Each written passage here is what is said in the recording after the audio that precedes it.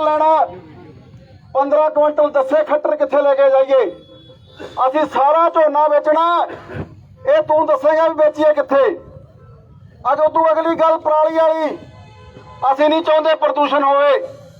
ਅਸੀਂ ਇਸ ਹੱਕ 'ਚ ਨਹੀਂ ਵੀ ਅੱਗ ਲੱਗੇ। ਤੁਸੀਂ ਗੰਨਾ ਵਾਲਿਆਂ ਨੂੰ ਪੈਸੇ ਨਹੀਂ ਦਿੱਤੇ, ਬੇਲਰ ਵਾਲਿਆਂ ਨੂੰ ਉਹ ਪੈਸੇ ਨਹੀਂ ਦਿੱਤੇ ਤੇ ਬੇਲਰ ਵਾਲੇ ਕਹਿੰਦੇ ਸੀ ਬੇਲਰ ਨਹੀਂ ਚਲਾਉਣਾ। 1 ਹਫ਼ਤੇ ਦਾ ਟਾਈਮ ਦੇਵਾਂਗੇ, ਨੋਟ ਕਰ ਲਿਓ CID। 1 ਹਫ਼ਤੇ 'ਚ ਪਰਾਲੀ ਚੱਕ ਕੇ ਲੈ ਜਾਓ, ਕੋਈ ਪੈਸਾ ਨਹੀਂ ਮੰਗਦੇ। 1 ਹਫ਼ਤੇ ਬਾਅਦ ਅੱਗ ਲਾਵਾਂਗੇ।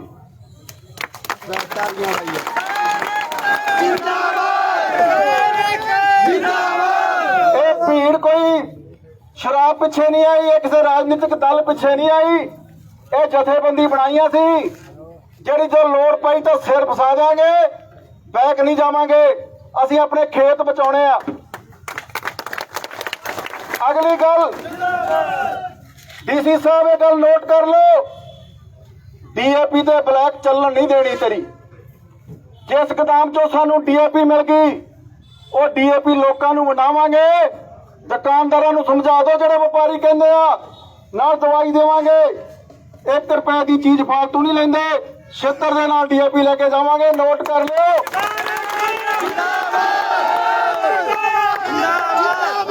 ਫਿਰ ਕਿਆ ਦੱਸੋਗੇ ਗੁੰਡਾਗਰਦੀ ਕਰਦੇ ਆ। ਸਾਡੇ ਤੇ ਗੱਡੀਆਂ ਚੜਾਈਆਂ ਜਾ ਰਹੀਆਂ। ਅੰਬਾਲੇ ਤੋਂ ਖਬਰ ਆ ਰਹੀ ਗੱਡੀ ਫੇਰ ਚੜਾ ਦਿੱਤੀ ਆ, ਗੱਡੀ ਫੇਰ ਚੜਾ ਦਿੱਤੀ ਆ। ਇਹ ਸਾਡੇ ਅੰਦੋਲਨ ਨੂੰ ਖਰਾਬ ਕਰਨਾ ਚਾਹੁੰਦੇ ਆ। ਇਹ ਚਾਹੁੰਦੇ ਕਿਸਾਨ ਆਗੂ ਬੁਲਾ ਦੇਣ, ਅੰਦੋਲਨ ਬੈਕ ਚਲਾ ਜਾਏ। ਅਸੀਂ BJP ਵਾਲਿਆਂ ਨੂੰ ਜਵਾਬ ਦੇਵਾਂਗੇ, ਪਰ ਐਂ ਠੀਕ ਟਾਈਮ ਤੇ ਦੇਵਾਂਗੇ। ਜਿਹੜਾ ਖੱਟਰ ਕਹਿੰਦਾ ਡਾਂਗਾ ਚੱਕ ਲਓ, ਤੁਹਾਡੇ BJP ਵਾਲਿਆਂ ਦੀਆਂ ਲੱਤਾਂ 'ਚ ਇੰਨੀ ਜਾਨ ਨਹੀਂ ਆ ਜਿਹੜੀ ਕਿਸਾਨ ਅੱਗੇ ਡਾਂਗ ਚੱਕ ਕੇ ਖੜੇ ਹੋ ਜਾਓਗੇ ਤੁਸੀਂ। ਖੱਟਰ ਸਾਹਿਬ, ਫਤਿਆਬਾਦ ਦੇ ਜਿੰਨੇ BJP ਦੇ ਵਰਕਰ ਨੇ ਉਹ ਦੱਲਾਪੁਣਾ ਦਾ ਕਰ ਸਕਦੇ ਆ, ਡਾਂਗ ਚੱਕ ਕੇ ਨਹੀਂ ਲੜ ਸਕਦੇ। ਸਾਥੋਂ ਵੱਧ ਕੋਈ ਡਾਂਗ ਨਹੀਂ ਚਲਾ ਸਕਦਾ। ਇਹ 2-4 ਮਸਲਿਆਂ ਤੇ ਮੈਂ ਗੱਲ ਕਰਨੀ ਸੀ। ਔਰ ਅਗਲੀ ਗੱਲ 12 ਤਰੀਕ ਨੂੰ ਆਪਾਂ ਕਮਿਸ਼ਨਰ ਦਾ ਘਰਾਓ ਰੱਖਿਆ ਸੀਗਾ, ਉਹ ਕੈਂਸਲ ਕਰਦੇ ਆ ਕਿਉਂਕਿ ਲਖੀਮਪੁਰ ਸਾਡੇ ਜਿਹੜੇ ਭਰਾ ਸ਼ਹੀਦ ਹੋਏ ਆ ਉਹਨਾਂ ਦੀ ਅੰਤਿਮ ਅਰਦਾਸ ਹੈ, ਇਸ ਕਰਕੇ ਉਹ ਫੈਸਲਾ ਅਸੀਂ ਵਾਪਸ ਲੈਂਦੇ ਆ। ਹਰ ਗੁਰੂ ਘਰ 'ਚ, ਹਰ ਮੰਦਿਰ 'ਚ ਉਸ ਦਿਨ ਉਹਨਾਂ ਦੇ ਨਾਂ ਦੀ ਅਰਦਾਸ ਕਰਾਈ ਜਾਏ। ਹਰ ਪਿੰਡ 'ਚ, ਹਰ ਗੁਰੂ ਘਰ 'ਚ, ਹਰ ਮੰਦਿਰ 'ਚ ਉਹਨਾਂ ਦੇ ਨਾਂ ਦੀ ਅਰਦਾਸ ਕੀਤੀ ਜਾਏ। ਸ਼ੋਕ ਸਭਾਵਾਂ ਹਰ ਪਿੰਡ 'ਚ ਹੋਣ। ਲੋਕਾਂ ਨੂੰ ਆਪਣੇ ਗੁਰੂ ਘਰਾਂ 'ਚ, ਆਪਣੇ ਮੰਦਿਰਾਂ 'ਚ ਉਸ ਦਿਨ ਇਕੱਠੇ ਕਰਿਓ 12 ਤਰੀਕ ਨੂੰ। ਔਰ ਉਹ ਫੈਸਲਾ ਕੀਤਾ, ਅਸੀਂ 11 ਤਰੀਕ ਨੂੰ ਕਮਿਸ਼ਨਰ ਦਾ ਦਫ਼ਤਰ ਘੇਰਾਂਗੇ। 11 ਤਰੀਕ ਨੂੰ ਕਮਿਸ਼ਨਰ ਦਾ ਦਫ਼ਤਰ ਘੇਰਾਂਗੇ। ਮਸਲਾ ਸਾਡਾ ਆਹੀ ਹੈ, ਰੋਟੀ ਦਾ ਮਸਲਾ ਹੈ। ਕਾਲੇ ਵਾਲੀ 'ਚ ਬਹੁਤ ਕੱਲ ਵੱਡੀ ਪੰਚਾਇਤ ਸੀ, ਉੱਥੇ ਮੋਰਚੇ ਦੇ ਆਗੂਆਂ ਨੇ ਸਹਿਮਤੀ ਦੇ ਦਿੱਤੀ ਵੀ ਤੁਸੀਂ ਲੜਦੇ ਹੋ, ਤੁਹਾਡੇ ਇਸ ਫੈਸਲੇ ਦੇ ਨਾਲ ਹੈ। ਤਾਂ ਬਸ ਸਾਡੇ ਵਿੱਚ ਡਾਕਟਰ ਸਵਾਇਮਾਨ ਜੀ ਆਏ ਆ, ਉਹਨਾਂ ਨੇ ਬੋਲਣਾ। ਮੈਂ ਲਾਸਟ ਇੱਕ ਬੇਨਤੀ ਕਰਾਂਗਾ, ਪਿੰਡਾਂ 'ਚ ਇਕਾਈਆਂ ਬਣਾਓ। ਜਿਹੜਾ ਚਾਚਾ ਅਜੀਤ ਸਿੰਘ ਦਾ ਝੰਡਾ ਇਹ ਕਿਸੇ ਰਾਜਨੀਤਿਕ ਪਾਰਟੀ ਦੀ ਦਲਾਲੀ ਨਹੀਂ ਕਰਦਾ। ਨੋਟ ਕਰ ਲਿਓ, ਇਹ ਕਿਸੇ ਅਫਸਰ ਦੀ ਦਲਾਲੀ ਨਹੀਂ ਕਰਦਾ। ਇਹ ਲੋਕਾਂ ਦੇ ਹੱਕ ਸੱਚ ਲਈ ਲੜਦਾ। ਸਾਨੂੰ ਮਾਣ ਹੈ ਸਾਡੇ ਲੋਕਾਂ ਤੇ। ਅੱਜ ਬਾਹਾਂ 'ਚ ਬਾਹਾਂ ਪਾ ਕੇ ਖੜੇ ਹੋ। ਇੱਕ ਪਾਸੇ ਫਤਿਆਬਾਦ ਦੀਆਂ ਜਿੰਨੀਆਂ ਰਾਜਨੀਤਿਕ ਪਾਰਟੀਆਂ ਨੇ ਜਿਨ੍ਹਾਂ ਨੇ ਰਾਜ ਕੀਤਾ ਉਹ ਇੱਕ ਬੰਨੇ ਆ ਤੇ ਇੱਕ ਬੰਨੇ ਤੁਸੀਂ ਕਿਰਤੀ ਲੋਕ ਹੋ। ਅੱਜ ਮੁਕਾਬਲਾ ਹੋ ਰਿਹਾ। ਇੰਨੇ ਲੋਕ ਉਹ ਇਕੱਠੇ ਨਹੀਂ ਕਰ ਸਕਦੇ, ਜਿੰਨਾ ਮਰਜ਼ੀ ਜ਼ੋਰ ਲਾ ਲਿਓ। ਅੱਜ ਤੇ ਇੱਕ ਆਵਾਜ਼ ਤੇ ਹਜ਼ਾਰਾਂ ਲੋਕ ਇਕੱਠੇ ਹੁੰਦੇ ਆ ਕਿਉਂਕਿ ਤੁਹਾਡੀ ਜਥੇਬੰਦੀ ਲੋਕਾਂ ਲਈ ਲੜਦੀ ਆ ਔਰ ਕਿਸੇ ਰਾਜਨੀਤਿਕ ਪਾਰਟੀ ਤੋਂ ਪੈਸੇ ਲੈ ਕੇ ਨਹੀਂ ਚੱਲਦੀ।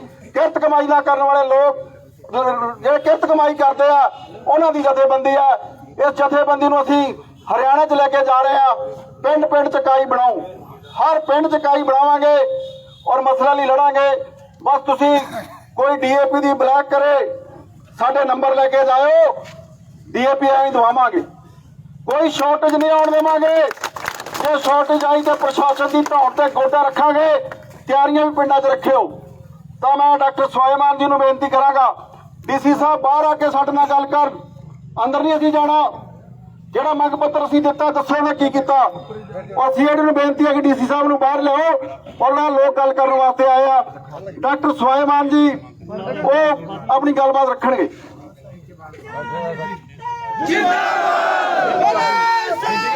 ਪੰਜਾਬੀ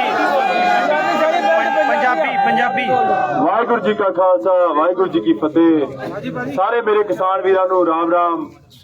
तुसी एक बड़ी गिनती विच इत्थे इकट्ठे होए हो और लोड़ आ इकट्ठे होण दी। मेरे वीरों, ये कितना हो सकता है, ये कैसे हो सकता है कि इस देश में जहां में आपको बताया गया था कि महात्मा गांधी जो है वो आपका बापू है, आपकी किताबों में लिखा गया था कि जो महात्मा गांधी है वो देश का बापू है। आपने यही पढ़ा ना, आपको यही पढ़ाने की कोशिश की गई थी ना। और आज क्या होता है, मैं कहा यार चोट ना जाए,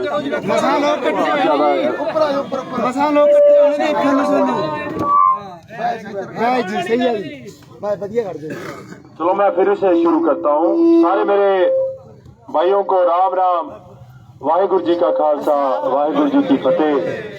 बात यह है भाई, बात सिंपल है। आप लोगों को बताया गया था कि जो आपका बापू है वो महात्मा गांधी है, किताबों में लिखा है, आप लोगों ने भी पढ़ा है। बोला है कि ये जो एक तरीका था, इसके कारण आजादी मिली थी। तो किसानों ने सोचा कि चलो अगर उस टाइम पे आजादी मिली थी तो हम भी अपने हकों के लिए लड़ रहे हैं, तो हम यही रास्ता अपनाते हैं। तो आप लोग वो रास्ता अपना के पिछले 10 महीनों से यहाँ पे बैठे हो। आपकी आवाज, कौन सा वो देश है जहाँ पे नहीं पहुंची, लेकिन इसी देश के लोग जिन्होंने वही महात्मा गांधी पढ़ा है, हमको लगता था उन्होंने पढ़ा है, पर शायद उन्होंने और किसी को अपना बापू बना लिया है, मुझे मालूम नहीं। जा तो वो बता दे कि महात्मा गांधी अब हमारा बापू नहीं रहा, हमारा बापू कोई वो क्या नाम था, वो जनरल डायर वो है, जहाँ कोई और उनका कोई बापू बना लिया है। बापू चेंज हो जाते हैं लोगों के, कुछ मालूम नहीं पड़ता। तो वो उन्होंने क्या किया, मैं थोड़े से मजाक में बात करता हूँ लेकिन दिल की बात है। हमारे किसानों के साथ जो यूपी में किया आपने देखा, पता नहीं कौन है आप में से जो नहीं रोया होगा। कौन सी माँ होगी इस देश में जो नहीं रोई होगी। वो 19 साल का बच्चा, वो 20 साल का बच्चा, एक आर्मी जवान का बेटा जो इस वक्त सरहदों की राखी कर रहा है हमारी, उसको भी उन्होंने कुचल दिया, वो बाप को कुचल दिया। तो पता नहीं कौन सी ये पढ़ाई की है। जा तो मैं फिर कह रहा हूँ, जा तो हमको बता दीजिए। और ऊपर से क्या हुआ, हमारे ही गुरु घरों में वो आते हैं और कहते हैं कि हमको स्वरूपा दीजिए। स्वरूपा कितनी बड़ी चीज होती है, आपके मंदिरों में भी आते होंगे। मैं उनसे रिक्वेस्ट करता हूँ, अगर आप इंसानियत की बात नहीं कर सकते, हमारे सिख गुरु हैं। मैं कल MP था, ग्वालियर था। ग्वालियर की हिस्ट्री मुझे नहीं मालूम, कुछ लोगों को मालूम होगी, कुछ की नहीं होगी, मैं आपको बता देता हूँ।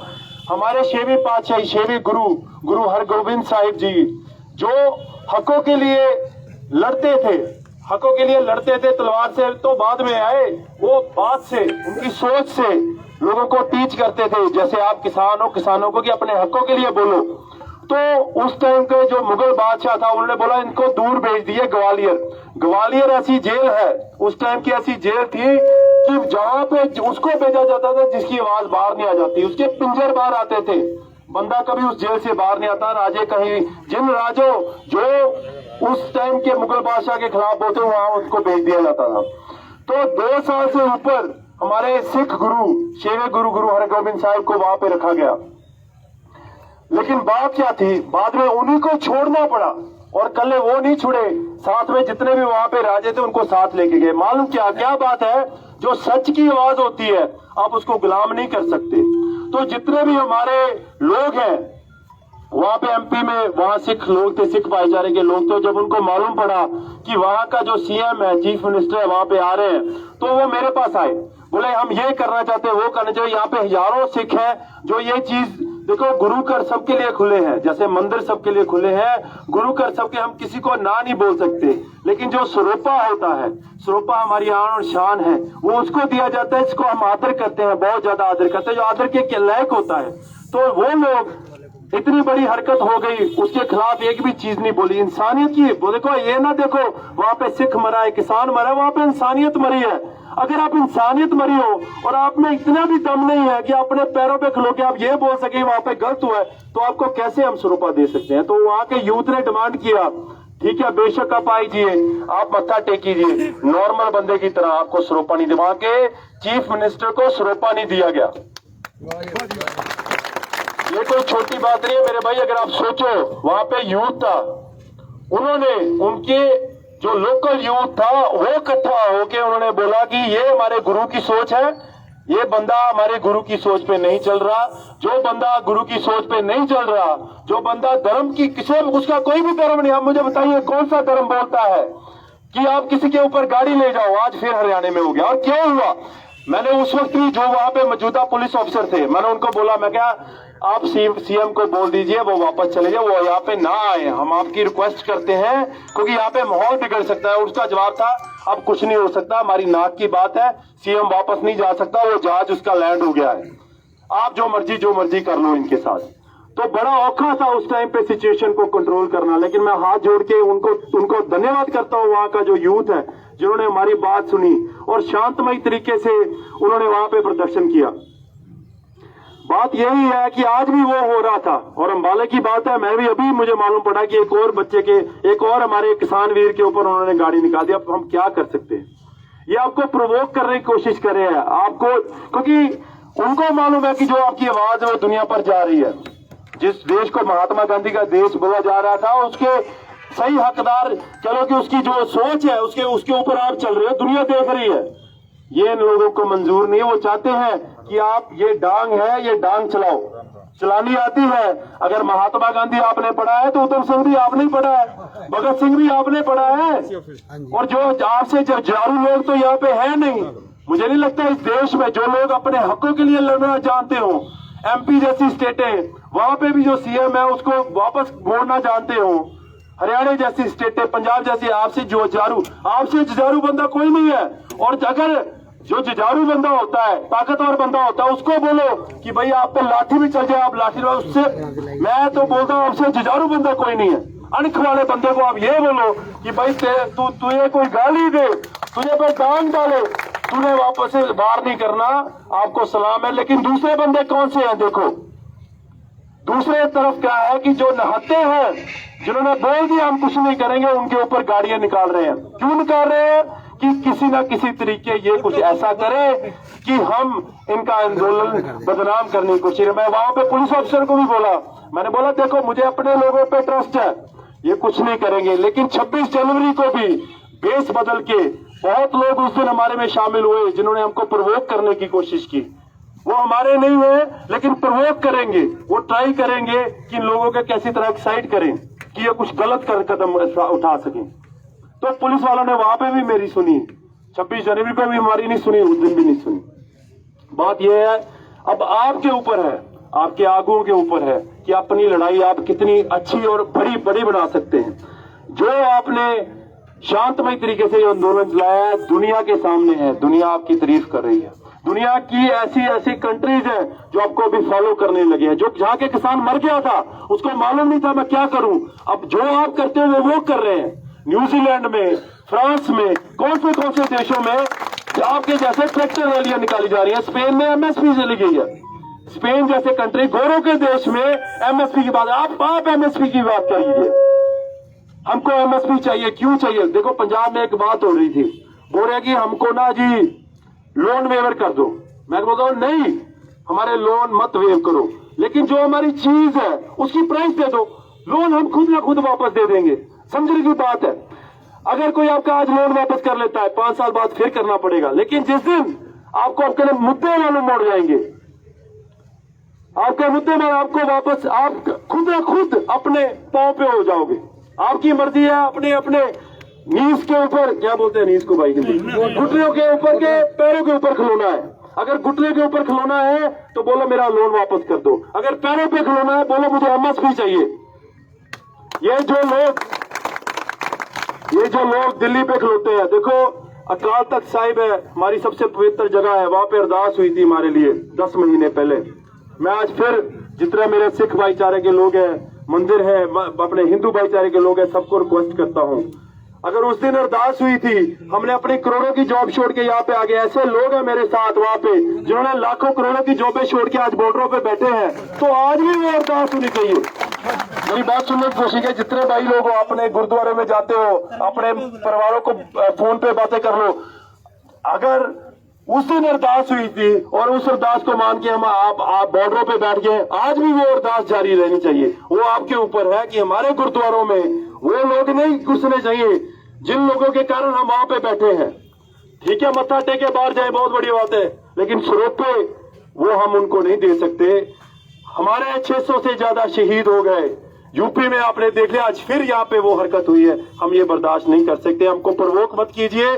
जो गुरु के द्वार हैं, इनमें वो ही जाएगा जो गुरु की सोच रखता है।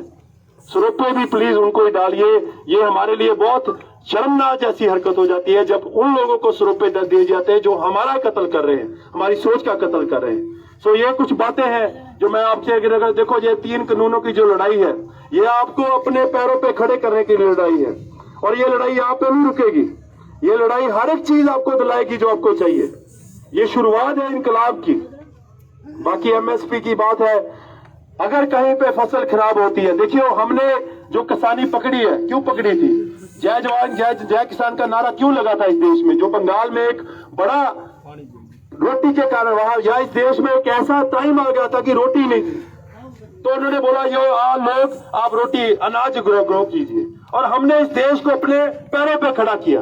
और आज जिन लोगों ने इस देश को पैरों पे खड़ा किया, उसको मारने की कोशिश हो रही है, क्योंकि 2-4 लोग, उनकी सोच ये है कि हम ऐसी चीज पे भी काबू कर लें जो चीज हर एक बंदे को चाहिए। उनको लगता है कि एक मनी मेकिंग आइडिया है ये फार्मिंग।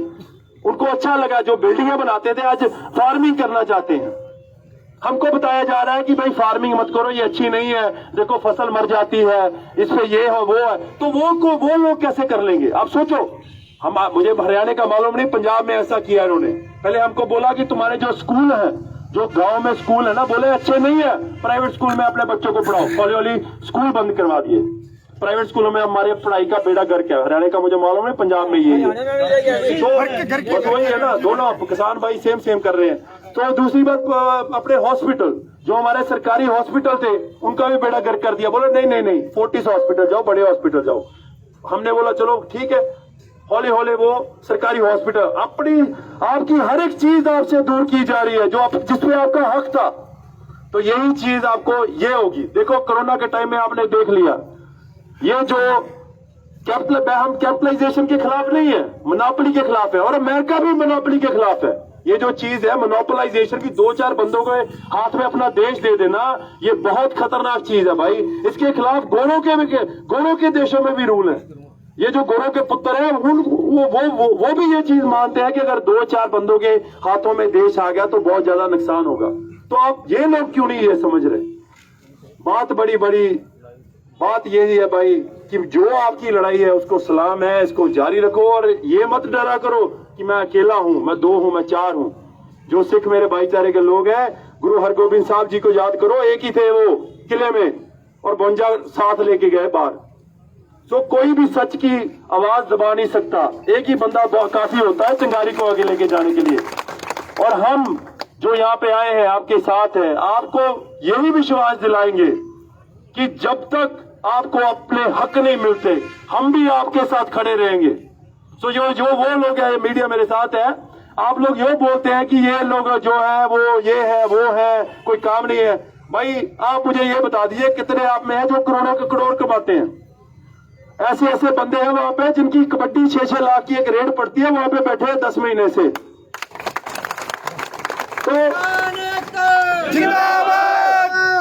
तो मैं ये नहीं कंपेयर करूंगा कि हम बड़े हैं, वो बड़े हैं, ये छोटे हैं, लेकिन सबसे पहले हम किसान हैं। जो एग्रीकल्चर है ना, हमारा कल्चर है, ये जमीनें जो है ना, ये कली जमीनें हमारी, ये नहीं है कि इसमें हम खेती करते हैं, इसमें हमारे बड़ों की हमारी सोच है उस खेती में, हमारे बड़ों के वहां पे चरण पड़े हैं, हम उन खेतों को नहीं छोड़ सकते।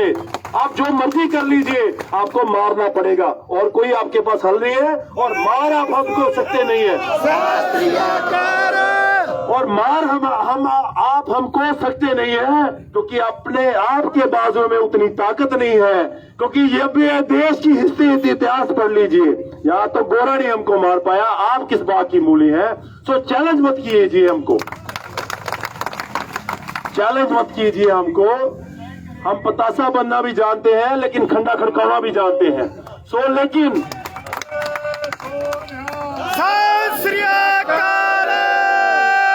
लेकिन मैं आपको यहाँ पे प्रवोक करने के लिए, आपको सलाम करने के लिए आया हूँ, क्योंकि जुझारू लोग हैं आप, जुझारू लोग हैं वो अनखी लोग होते हैं जो आपने साया है ना 10 महीनों में, अनख चाहिए उस चीज को साने की। बहुत इजी होता है किसी के आगे छाती गालना, थप्पड़ मार के भाग जाना, लेकिन जो लोग आप कर रहे हो ना, मिसाल कायम कर रहे हैं आपके बच्चे। मैं ज्यादा बोल रहा हूँ, मैं 1-2 मिनट बस लास्ट चीज बोल रहा हूँ।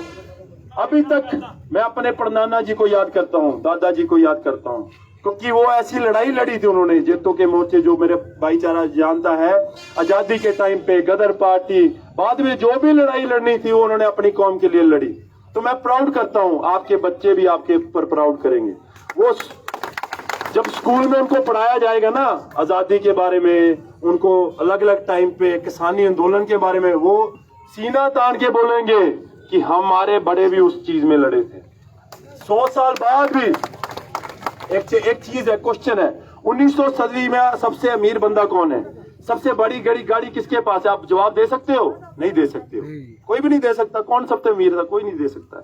सबसे जुझारू बंदा कौन था 19वीं सदी का? ये तो आप दे सकते हो ना।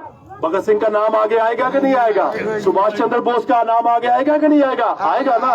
तो इसी तरह जैसे उनका नाम आगे आया था, जैसे गदर पार्टी का नाम आ गया जिन्होंने इस देश को आजाद कराया, ऐसे ही आपका नाम भी आगे आएगा। सो ये चीज याद रखना, इतिहास में कई टाइम होता है। मैं कल गया था वहां ग्वालियर पे और बड़ी बात हो रही थी, स्टेज पे ऐतिहासिक चीजें बोल रहे थे वो। तो मैंने अपने मन में सोचा कि बड़ा लकी होते हैं, खुशकिस्मत होते हैं लोग जिनको इतिहास रचने को मिलता है। कुछ लोग पढ़ते रहते हैं सारी उम्र, ये पढ़ने का टाइम नहीं है। आपको खुदा ने, रब ने टाइम दिया है इतिहास रचने का, अपने देश को बचाने का, अपने बच्चों का भविष्य बचाने का। हमारा तो सारा पंजाब ही बाहरले देश में जा रहा है। अब तो सरकार भी आने वाली हो, वो ये बोल रही है 10 लाख रुपया देंगे आपको आईलेट्स करा के बाहर भेजने का। इतना बेड़ा गर्क गया हो गया हमारे पंजाब का कि अब हाथ जोड़ के बोल रहे कि हमारे बस की बात नहीं है, ये देश कंगाल हो गया है, आप भी बाहर जाइए। एसएसपी डीसी कोई ऐसा बंदा नहीं है पंजाब में, मिनिस्टर, जो बंदा वीजा नहीं लगा के बैठा बाहर का कि कब मैं यहाँ पे खा के जेब में डाल के बाहर भाग जाऊं। तो अगर अपने देश को बचाना है, अपने देश को बचाना है, ये इनकलाब खड़ा है दिल्ली में, इसकी सपोर्ट कीजिए। आप भाई आप लोग अपने हक लेने आओ, मेरी गारंटी लिख लो, आप अपने हक लेके यहाँ पे जाओगे। ये जो आप करने आए हो ना यहाँ पे, ये आपकी एकता है। मेरी लास्ट चीज है, आपको डिवाइड करने की कोशिश कर रहे थे पहले, पंजाब हरियाणा किया ना, आप नहीं हुए। फिर हिंदू सिख का, इन्होंने हिंदू मुस्लिम का बड़ा किया था 1857 में गोरे ने। मैंने जो पहले बात हुई ना, आपका बापू चेंज कर लेते हैं। 1857 में गोरे ने किताबों में लिख दिया, हम लोग इन लोगों को डिवाइड नहीं कर पा रहे, हिंदू मुस्लिम को डिवाइड नहीं कर पा रहे। बड़ी प्रॉब्लम बन गई उनके लिए।